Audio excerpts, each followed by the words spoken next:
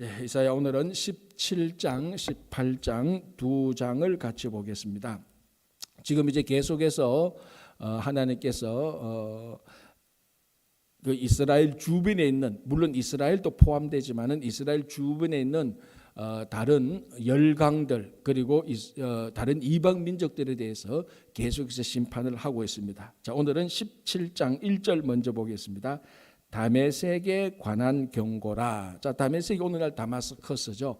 이게 오늘날 이제 어디에 있는가 하면 시리아 지역. 지금 뭐 이스라엘 그 북쪽의 레반, 북쪽에서 약간 이제 서쪽은 레반, 그 해안가를 따라가면 레반이고 약간 내륙으로 들어오면은 시리아죠. 뭐 지금 가장 지금 코로나 때문에 잠잠해서 그렇지 여전히 그쪽은 가장 테러가 많고 이스라엘, 레바논, 시리아 그 뭐 이런 쪽이 얼마나 지금 복잡하게 얽혀져 있습니까? 그죠? 이제 거기에 바른 이 다메섹이 바로 시리아, 그러니까 우리 성경의 그 나라로 말하면 아람이죠. 아람의 수도가 다메섹입니다. 그래서 다메섹에 관한 경고라 그러면은 아람에 관한 경고라 이 말이 되는 겁니다. 자, 다메섹에 관한 경고라 이렇게 되어 있습니다. 보라, 다메섹이 장차 성읍을 이루지 못하고 무너진 무더기가 될 것이라. 자, 다메섹은 이렇게 지도를 쭉 놓고 보면은 그 다메섹의 북동쪽, 그렇죠. 북동쪽에 보면은 그 메소포타미아 지역이 있잖아요. 거기 이제 아수르가 일어나고 나중에 바벨론이 일어나고 하여튼 그쪽 지역은 이스라엘이나 시리아, 레바논 그쪽 그 전체를 보고 북서쪽에 보면은 죄송합니다. 북동쪽에 보면 항상 거기는 강대국이 있었습니다. 그리고 이제 남서쪽을 보면은 거기는 또 다른 강대국이 있었죠. 그게 어느 나라죠? 애굽이죠. 애굽. 그러니까 크게 보면은 지도를 보면은 시리아, 레바논, 이스라엘 요는 이제 옹기종기 모여 있습니다. 저를 중심으로 보면은 이쪽에는 아수르 바벨론이 일어났던 그 메소포타미아 지역, 나를 중심으로 이쪽으로 내려가면 이쪽이 애굽, 이쪽이 이제 큰 바다 대해라고 말하기도 하고 지중해가 있죠. 그러니까 이제 애굽하고 아수르나 바벨론, 그러니까 애굽하고 메소포타미아 그 지역에 이제 이스라엘이나 레바논, 시리아가 이렇게 같이 있는데 그 중에 이제 그때 이 큰 두 지역을 연결시키는 주요 포인트 중에 주요 포인트 도시 가운데 하나가 이 다메섹이었습니다. 그러니까 큰 상인들이 애굽과 메소포타미아 지역을 왔다 갔다 많이 할 때 큰 상인들이 자주 들렀던 지역이 다메섹입니다. 그 다메섹은 무엇이 많이 발전하겠습니까? 무역, 그죠? 상업. 그러니까 거기 가면은 이 메소포타미아 지역하고 애굽 지역에 오고 가는 이 교차점이 있으니까 그 시장에 가면은 다메섹 시장에 가면 이제 그 메소포타미아하고 애굽 시장에 있는 모든 물건들을 같이 우리가 구입할 수 있는 거죠. 그리고 이 다메섹은 사람들이 많이 붐비는 곳입니다. 많이 붐비고 큰 성읍을 이제 이루고 그 무역의 중심이니까 이제 그러니까 당연히 나라가 강성해지는 거죠. 자, 다시 보시기 바랍니다. 다메섹에 관한 경고라. 보라, 다메섹이 장차 성읍을 이루지 못하고 무너진 무더기가 될 것이다. 이 다메섹이 뭐 무역을 해서 사람들이 많아지고 도시가 굉장히 커지고 막 이러다가 큰 성읍을 이룰 줄 알았는데 오늘 하나님께서 심판을 해서 너희들은 성읍을 이루지 못하고 무너진 무더기가 될 것이다. 이렇게 얘기를 합니다. 자, 이 다메섹 아람이 왜 이제 아수르하고 그 관계가 안 좋은 수밖에 없는 게 아수르하고 이 애굽 중간에서 그러니까 그 무역을 하는데 이 무역을 하다 보면 항상 이제 이익이나 뭐 여러 가지 이런 사안들로 인해서 갈등이 생길 수밖에 없죠. 예를 들자면은 메소포타미아 지역에 있던 아수르 지역가 애굽을 치려고 한다.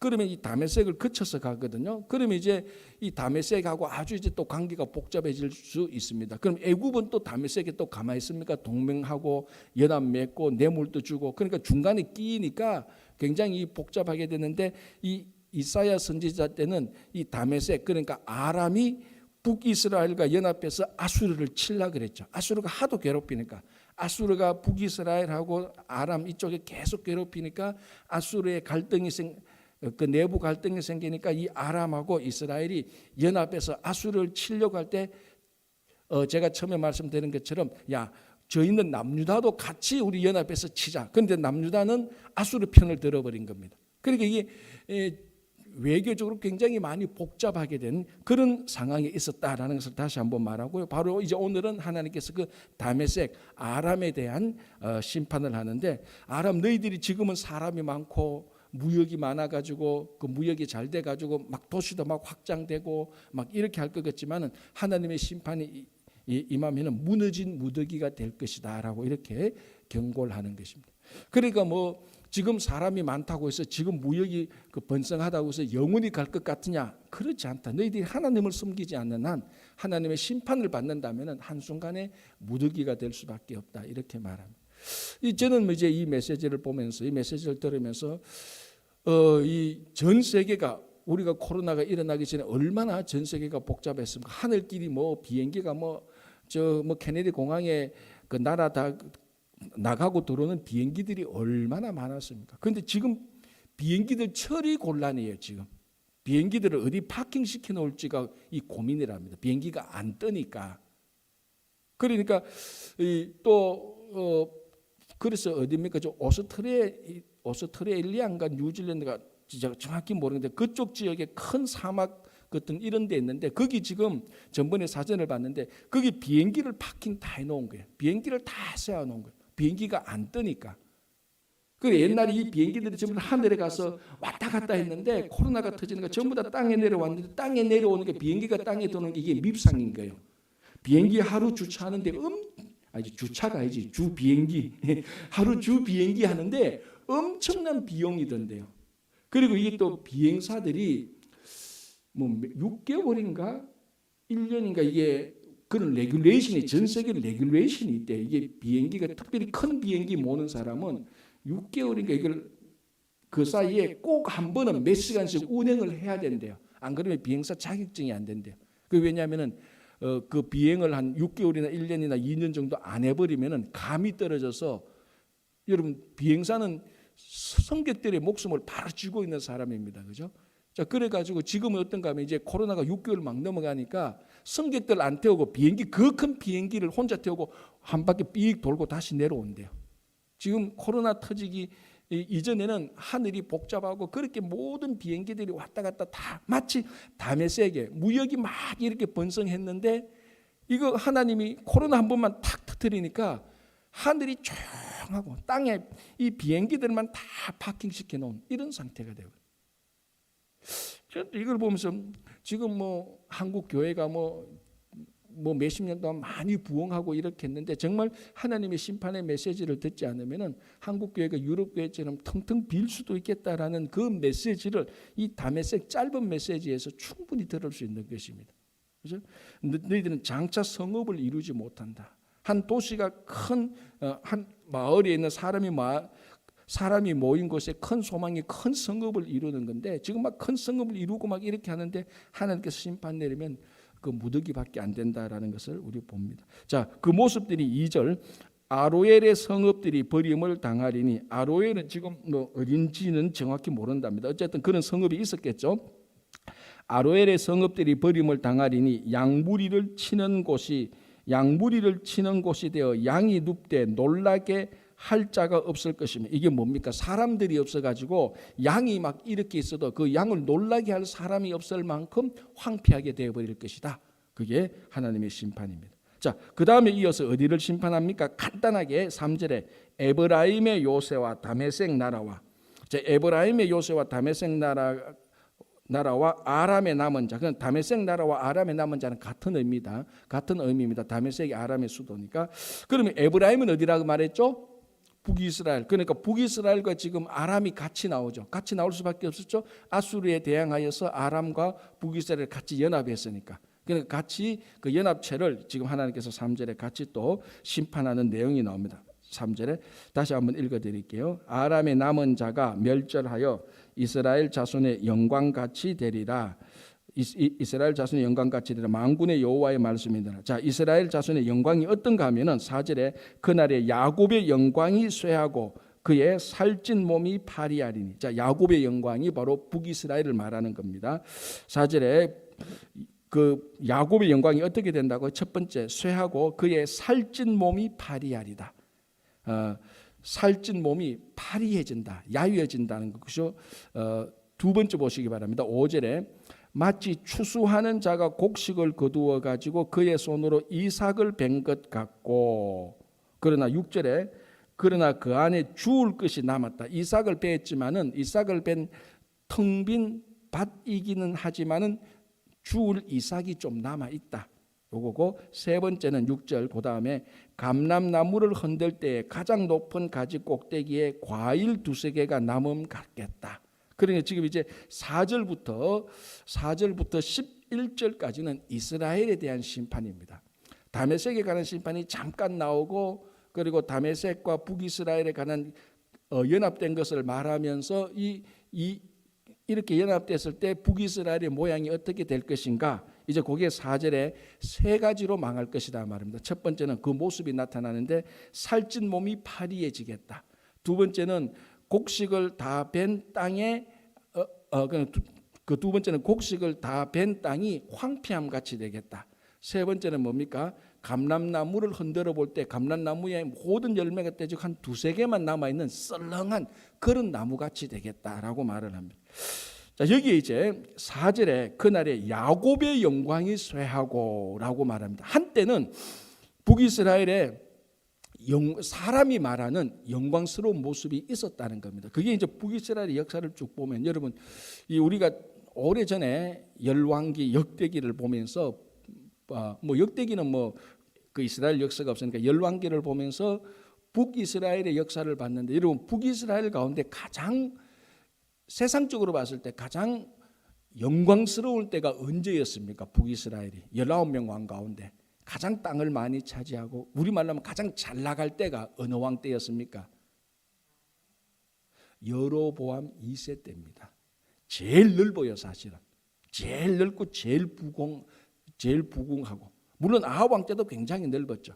그러니까 여기서 야곱의 영광이 쇠하고라고 말할 때 우리가 여로보암 2세 때를 추정할 수도 있고 아합 왕 때를 상상할 수도 있습니다. 그러니까 어쨌거나 어느 때인지는 모르겠지만 북이스라엘 때 굉장히 잘 나갈 때, 여로보암 2세 때, 뭐 또는 아합 왕 때 이렇게 말해도 됩니다. 자, 그때 잘 나갔는데 이제 아수르한테 망하잖아요. 그 망하기 직전에 완전 그 나라도 뭐 허지부지, 정말로 여기 오늘 본문에 나온 것처럼 파리해진 아주 여윈 그런 형편에 처해졌다는 것입니다. 그래서 그 심판에 야곱의 영광이 너희들이 아합 왕 때나 또는 여로보암 2세 때에 잘 나갔지만은 하나님의 심판을 받으면은 형편없는 나라와 민족이 된다라고 말을 합니다.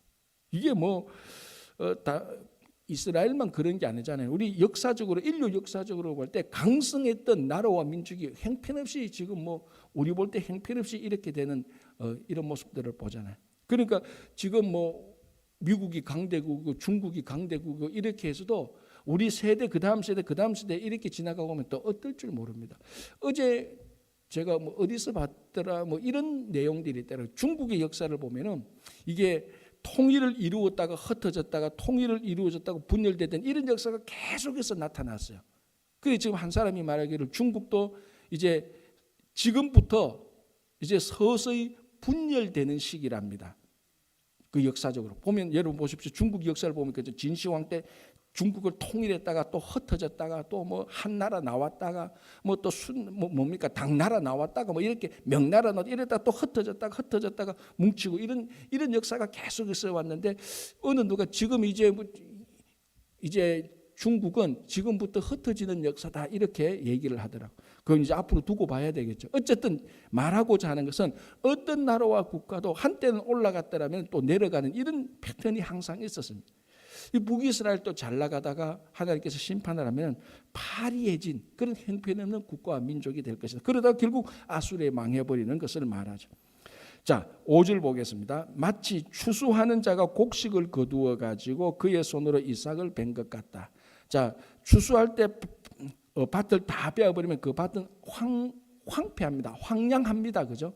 그런데 요 북이스라엘에 대하여서 심판을 하는데 한 가지 이제 중요한 단어가 나오죠. 밭을 다 베어서 텅 빈 밭이 된 것 같은데 6절에 그러나 그 안에 주울 것이 남으리라. 몇 개라도 이삭이 떨어진 게 있다는 겁니다. 주울 것이 남으리라. 원래는 이 떨어진 것을 누가 가져가야 됩니까? 길 가는 나그네나. 여러분 그 율법이 있잖아요. 그 밭을 벨 때에 구석에 있는 것은 남겨두고 떨어진 이삭은 줍지 말며. 농사를 안 해봐서 여러분 모르시는 뭐 저도 안 해봤지만 하여튼 율법이 그래서 그러니까 지금 이 밭을 다 빼어도 보니까 몇 개 떨어진 게 있답니다. 주울 것이 남아 있다는 거. 이게 계속해서 이사야서에 나오는 뭘 의미합니까? 남아 있는 사람, 남은 자죠. 자 그리고 또 다른 심판의 모습을 보십시오. 감람나무를 흔들 때에 감람나무인데 막 흔들어 보니까 열매가 다 떨어지는 거예요. 썰렁한 거예요. 그런데 다 떨어졌습니까? 아니죠. 6절 중간 6절 그 다음 줄에 감람나무를 흔들 때 가장 높은 가지 꼭대기에 과일 2-3개가 남은 같겠고 굉장히 썰렁합니다. 그러나 무성한 나무의 가장 먼 가지에 4-5개가 남음 같으리라. 그리고 북이스라엘의 심판은 독특하게 남아있는 것을 언급하고 있습니다. 이게 남아있는 것이 많든 적든 그건 중요하지 않습니다. 남아만 있기만 하는 남은 자가 있기만 하면 되는 것입니다. 그래서 예레미야 선지자는 뭐라고 말합니까? 예루살렘에 정의를 행하고 진리를 찾는 자 한 명만 있으면 그 한 명만 남아있으면 하나님께서 예루살렘을 심판하지 않겠다라고 말할 정도입니다. 그러니까 이 북이스라엘 그러니까 뭐 전체적으로 이스라엘이라고 볼 수 있겠죠. 이스라엘의 심판은 감람나무를 흔들고 감람나무 열매가 다 떨어지고 밭을 다 베어서 아무것도 없는 것 같지만 거기에는 주울 것이 있고 붙어있는 몇 개가 있다. 자, 이 남은 자들이 어떻게 하느냐? 7절 8절 보시기 바랍니다. 그날에 사람들이 자기를 지으신 그를 바라보겠으며 그의 눈이 이스라엘의 거룩하신 이를 뵙겠고 자기 손으로 만든 제단을 바라보지 아니하며 자기 손가락으로 지은 아세라나 태양상을 바라보지 아니할 것이며. 자, 요 남은 사람들이 우상을 섬기지 않고 우상도 바라보지 않고 여호와만 섬길 것이다. 이 여호와만 섬기는 이 남은 자를 보고 하나님께서도 다시 회복시켜 준다는 겁니다. 그래서 이사야는 계속해서 심판은 받지만은 완전히 진멸시키지 않는다. 남은 자를 하나님께서 남겨두어서 이 남은 자를 사용해서 나중에 다시 회복시킬 것이다. 그렇게 말합니다. 그러니까 오늘날 우리 성도, 오늘날 교회와 성도의 사명이 이사야 선지자를 볼 때는 어떤 사명을 가져야 됩니까? 우리는 이 세상에 끝까지 하나님의 자녀로 남은 자가 되어야 된다. 유혹이 오고 핍박이 오고 어떤 일이 닥쳐도 우리는 사람이 만든 태양상과 아세라상을 바라보지 않고 여호와 하나님은 바라보겠다. 그 남은 자가 돼야 되겠다는 이사야 선지자의 교훈이 계속해서 흘러나오는 거예요. 그러니까 지금 보면은 이 남은 자를 없애려고 세상이 난리를 치는 것 같습니다. 그렇죠? 자, 보십시오. 9절에 그날에 견고한 성읍들이 옛적에 이스라엘 자손 앞에서 버림받은 숲을 속에 처소와 이렇게 이제 9절, 10절, 11절 나오는데 그러면 왜 북이스라엘을 하나님께서 이렇게 파괴하고 심판하는가? 10절 보시기 바랍니다. 이는 너가 너의 구원의 하나님을 잊어버리며 너의 능력의 반석을 마음에 두지 아니한 까닭이라. 쉽게 말하자면은 북이스라엘이 심판받는 것은 구원의 하나님을 잊어버리고 능력의 반석을 마음에서 지워버렸다. 자, 역사적으로 어느 사건? 출애굽 사건이죠. 출애굽 그러면은 이스라엘 백성들을 해방 구원시킨 것입니다. 딱 하나입니다. 그리고 능력의 반석에서 물이 나와서 이스라엘을 구원했죠. 그러니까 이 이사야 선지자 앞으로도 계속 말하자면 선지자들이 그냥 습관적으로 말하는 그 말투를 들어보면 그 말투 안에 이미 출애굽을 했던 경험이 다 배어 있는 거예요. 다 배인 그걸 자연스럽게 말을 하는 겁니다. 그러니까 이 선지서의 선지자의 메시지의 가장 주된 내용을 이루는 이스라엘 백성들이 공동체로 경험했던 자기들이 선조들이 공동체로 경험했던 사건이 출애굽 사건입니다. 자, 우리나라 대한민국은 가만히 보면요, 나라가 어렵고 막 이렇게 할 때 우리는 우리 대한민국도 옛날에 우리 그 대한민국 역사 가운데서 좋은 영웅들을 다 끌어들입니다. 대표적인 영웅이 누굽니까? 이순신 장군. 다 아시잖아요. 이순신 장군. 일본이 막 쳐들어와도 왕이시여 내게는 12척의 남은 배가 있습니다. 그거 가지고 와서 맹량해전에서 다 때려 부수잖아요. 그러니까 각 나라가 역사로 보면 각 나라와 각 공동체와 민족이 자기들이 구원받았던 그런 역사적인 사건을 같이 공유하는 것들이 항상 있습니다. 그래서 어렵고 힘들 때마다 그 사건을 다시 보면서 다시 힘을 얻고 용기를 얻고 소망을 가지는 겁니다. 이스라엘 백성들은 그게 뭐라고요? 출애굽 사건이라는. 그 애굽에서 하나님께서 인도하여서 이스라엘 민족을 완전히 구원했다. 그때 하나님께서 이스라엘 백성들에게 나타난 하나님의 능력을 보라, 기억하라. 그리고 하나님의 긍휼과 자비가 얼마나 컸느냐. 그리고 40년 동안 그 광야의 산에서 만나와 메추라기를 다 먹여줬잖아. 이방 민족들로부터 다 구원해 줬고 너희들이 가나안에 들어와서 가나안 땅을 다 정복했잖아. 하나님께서 너희들을 인도해 주셨고 보호해 주셨고 공급해 주신 그 모든 사건의 총체가 출애굽 사건입니다. 그래서 선지자들은 그냥 평소에 하는 말을 가만히 들으면 전부 다 출애굽 사건에 꽉 배어 있는 거예요. 그것도 보면은 왜 북이스라엘이 멸망했냐? 야, 너희들이 구원의 하나님을 완전히 까마득하게 잊어버리고 태양상에 가고 아세라상을 섬겼지 않느냐? 너희 마음속을 보니까 능력의 반석이 없다. 그거 보니까 너희들이 구원의 하나님을 다 잊어버렸다 이 말하고 마찬가지. 그래서 하나님께서 선지자를 통해서 북이스라엘에 심판의 메시지를 주는 겁니다. 그래서 너 구원의 하나님을 잊어버리면 능력의 반석을 마음에 두지 아니한 까닭이라. 자, 우리 각자는 어떻습니까? 여러분 각자가 구원의 우리 성도 한 사람 한 사람이 가지고 있는 구원의 경험들이 다 있습니다. 그리고 실제적으로 삶을 살면서 과거에 경제적으로 어렵고 건강적으로 어렵고 인간관계로 어렵고 또 그 외에 어려울 때 정말 하나님께서 나를 구원해 주신 그런 사건의 경험들이 다 있잖아요. 그래도 새벽기도 나오실 분 정도면 다 한두 개씩은 다 있습니다. 그 사건이 그것이 자기를 자랑하는 사건이 되어서는 안 되겠지만은 그 자기 구원과 하나님의 은혜의 사건이 현재 어렵고 힘들 때마다 다시 그 사건을 내 현재로 가지고 와서 하나님께서 과거에 나를 돌보시고 구원해 주신 사건이 그걸 상기할 때마다 기억할 때마다 잊지 않고 기억할 때마다 오늘 내 삶에서 그게 다시 또 재반복되는 겁니다. 그게 얼마나 중요한 사건. 그런데 그걸 잊어버렸다면은 과거의 구원 사건을 잊어버렸다면은 오늘 내가 어렵고 힘들 때에 붙들고 살아갈 구원의 사건이 없는 거예요. 그러니까 하나님을 잊어버리게 되는 겁니다. 그래서 하나님을 경험하는 것, 구원을 경험하는 것이 얼마나 중요한지 뭐. 근데 이스라엘 백성들이 그걸 지금 다 잊어버렸다. 그러니까 어렵고 힘들면 하나님을 의지하는 것이 아니고 그 구원의 사건을 잊어버렸으니까 어렵고 힘들 때 구원의 하나님을 의지하는 것이 아니고 지금 눈에 보이는 것을 다 의지하는 거예요.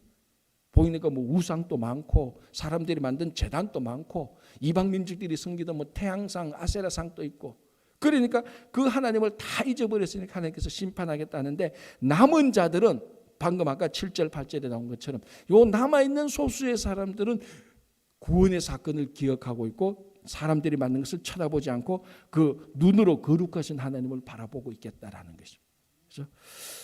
자, 12절부터 14절 약간 이제 내용이 바뀌는데 이제 전체적인 열방들, 전체적인 이방 민족들에 관한 전체적인 심판의 메시지가 나옵니다. 자, 12절. 슬프다 많은 민족이 소동하였으되. 자, 이 슬프다라는 말은 이사야 선지자가 종종 사용하는 심판의 메시지 앞에 나오는 하나님의 마음을 토해내는 겁니다. 슬프다 많은 민족이 소동하였으되. 자, 18장 1절 보시기 바랍니다. 슬프다 구스의 강 건너편 날개치는 소리 나는 땅이요. 자, 이 슬프다라고 말할 때는 다음에 심판의 메시지가 나오는 그런 경향들이 있습니다. 12절 슬프다 많은 민족들이 소동하였으되 바다 파도가 치는 소리같이 그들이 소동하였고 열방이 충돌하였으며 큰 물이 몰려옴같이 그들도 충돌하였도다. 그러니까 이게 뭡니까? 12절에 온갖 열방들이 쉽게 말해서 일반적으로 말하면 자기들이 찢고 뽑고 싸우고 생야단을 친다는 겁니다. 지금 큰 나라가 일어나고 큰 나라가 작은 나라를 정복했다가 작은 나라 또 이 큰 나라가 또 한 40년 50년 가다가 나태하고 또 교만 피우다가 또 넘어지고 또 다른 강대국이 일어나고 또 여기서 일어나고 저기서 일어나고 온 열방들이 계속해서 소동을 일으키는 겁니다. 이게 뭐 인류 역사죠, 그죠? 자, 그런데 13절 보시기 바랍니다. 열방이 충돌하기를 많은 물이 몰려옴과 같이 하나. 그러니까 바다에 막 폭풍 치는 것처럼, 바다에 뭐 강물이 홍수가 나서 물이 막 넘치는 것처럼 열방들이 이렇게 하나, 주께서 그들을 꾸짖으시니 그들이 멀리 도망함이 산에서 겨가 바람 앞에 흩어짐 같겠고 폭풍 앞에 떠도는 티끌 같을 것이라. 열방의 강대국이 일어나고 강대국을 대항하기 위해서 중대국 나라가 연합해서 전쟁하고 이기고 찢어붓고 진짜 폭풍 치는 바다 같지만은 하나님께서 그들을 꾸짖으시니까 우리 말하면 바람에 나는 겨와 같고 티끌 같다라고 말합니다. 전능하신 하나님의 위대하심을 보여주는 거죠. 간단하게. 마치 무슨 생각이 듭니까? 갈릴리 바다에 막 폭풍이 일어나게 예수님께서 잠잠하라 한마디 하니까 캄다운 되는 것처럼 그 모습이 나타나죠. 그래서 이런 모습만 봐도 예수님께서 이 땅에 오신 하나님의 권세와 권위를 그대로 가지고 있다는 것을 또 그대로 알 수 있습니다. 갈릴리 바다에 막 폭풍 치도 예수님께서 한마디 말씀으로 다 잠재우는 것처럼 뭐 미국이 어떻고 러시아가 어떻고 뭐 인도가 중국이 어떻고 한국이 뭐 동아시아 뭐 정세가 어떻고 우리 뭐 세미나하고 별일 다 해도 하나님의 말 한마디에 이 모든 것은 다 정리될 수 있다. 그런 위대한 하나님을 우리가 믿고 있다는 겁니다. 이게 실감이 안 나죠. 이게 실감이 나면은 오늘 하루도 막 흥분 속에서 사는 거예요. 이 뭐 중국 뭐 지금 얼마나 복잡합니까? 뭐 앞으로 이제 대선도 있고 대선에 따라서 국제 정세가 어떻게 바뀔지 얼마나 혼란하고 복잡한 줄 모릅니다. 그러나 이 모든 것을 온 인류가 합쳐도 해결하지 못하는 것을 하나님의 말씀 한마디에 잠잠하게 하시는 그 하나님을 우리는 아버지라고 부른다고요. 그러니까 뭐 든든하지 않나요? 안 든든하시나?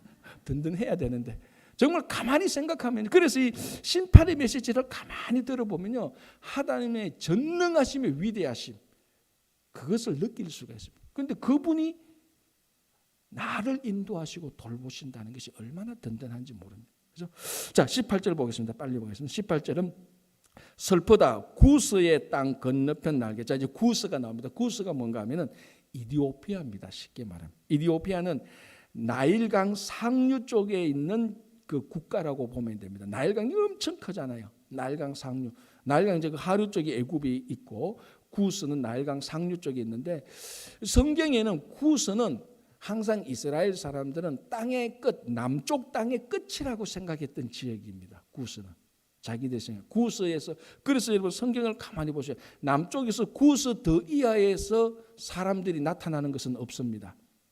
우리 사도행전에 보면 이디오피아에 내시가 나오잖아요. 그게 구스거든요. 가장 먼 곳에서 온 겁니다. 가장 먼 나라에서. 그래서 구스의 땅까지 구스까지 하나님께서 심판한다는 것은 이스라엘 백성들이 생각하는 땅 끝까지 하나님께서 심판한다 이 말입니다. 그런데 이 구스는 애굽 강 상류에 있었기 때문에 무역업이 많이 발달해, 해상 무역이 많이 발달하기 때문에 다메섹처럼, 다메섹은 육상 무역이 많이 발달했다면은 구스는 해상 무역이 많이 발달했습니다. 공통점은 뭡니까? 다 번성하고 사람들이 많이 모이는 것입니다. 육상 무역이든 해상 무역이든 사람들이 많이 모이는 겁니다. 그래서 2절에 보면 1절에 그래서 슬프다 구스의 땅 건너편 날개치는 소리 땅. 그러니까 날개치는 것처럼 막 이렇게 번잡하고 이런 소리가 들리는 사람들이 모여서 막 비즈니스하고 거래하고 날개치는 것처럼 사람들이 북적북적 모이는 그런 문학적인 표현을 말합니다. 그래서 2절에 갈대 배를 물에 띄우고 뭐 사람들을 보내고 이렇게 계속해서 얘기합니다. 그러나 사람들이 2절 보면은 구스의 상선들이 오르락 내리락 땅에 뭐 물건을 내리고 다시 올라가는 이런 어떤 그 복잡하고 사람들이 분주한 그런 모습들을 보여주고 있는 것이죠.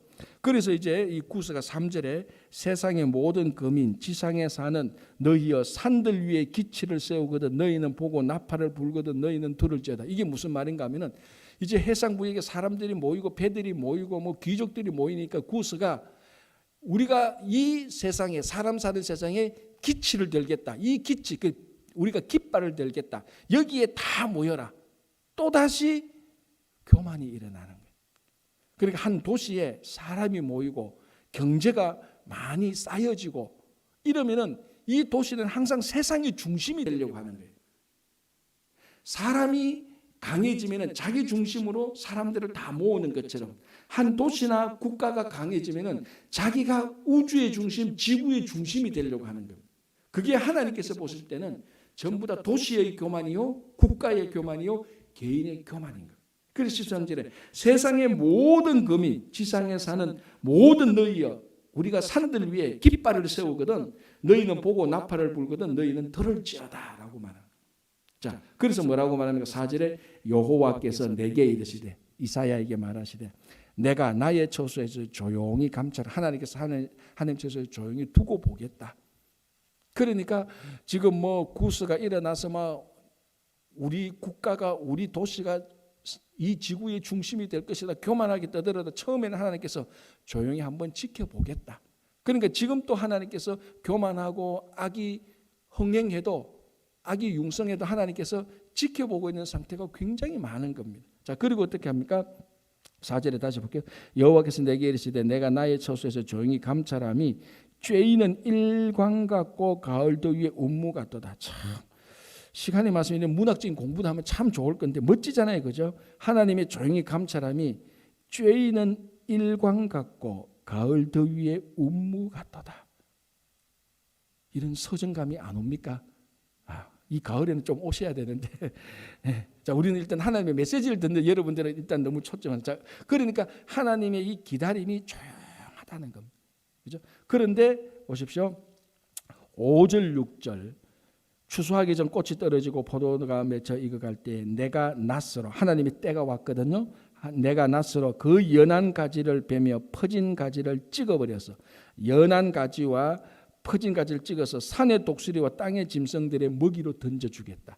그 구스 사람들, 교만한 그 도시 국가들, 도시들, 국가들, 민족들 하나님이 조용히 있다가 때가 되면은 낫으로 그들을 다 베어서 들짐승의 산의 짐승처럼 먹이로 던져버리겠다. 그럼 완전히 심판해버리겠다. 그러니까 구스에 그런 심판을 주는 겁니다. 교만한 도시 또는 교만한 국가에. 그죠? 자, 그런데 이제 7절 보십시오. 그때 강들이 흘러 나누인 날에 장대하고 준수한 백성 곧 시초부터 두려움이 되며 강성하여 대적을 밟는 백성이 만군의 여호와께 드릴 예물을 가지고 만군의 여호와의 이름을 두신 곳 시온산에 이르리라. 구스가 뭐라 그랬습니까? 내가 깃발을 들겠다. 여기 모여라 그랬죠. 하나님께서 다 심판하고 특정한 하나님의 사람들을 세우셔서 어디에 모인다? 시온산에 모이겠다. 그래서 제가 계속해서 얘기했잖아요.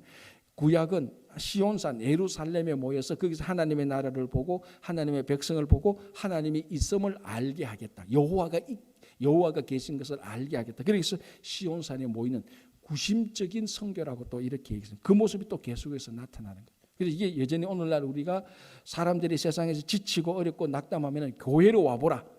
여기 교회로 와보라. 이 한 장소를 와서 여기 와서 보고 하나님의 자녀들이 살아가는 모습을 보고 하나님의 말씀을 듣고 그리고 하나님을 경험할 수 있는 이 교회가 세상에 하나님 나라를 보여주는 전초기지가 되어야 되는 겁니다. 시온이 지구의 전초기, 하나님 나라의 전초기지가 된 것처럼 그 사명을 우리가 계속해서 감당하고 우리가 잘 해나가기를 바랍니다. 기도하겠습니다. 주님 감사합니다. 오늘 또 심판의 메시지 안에 들어있는 하나님의 음성을 듣습니다.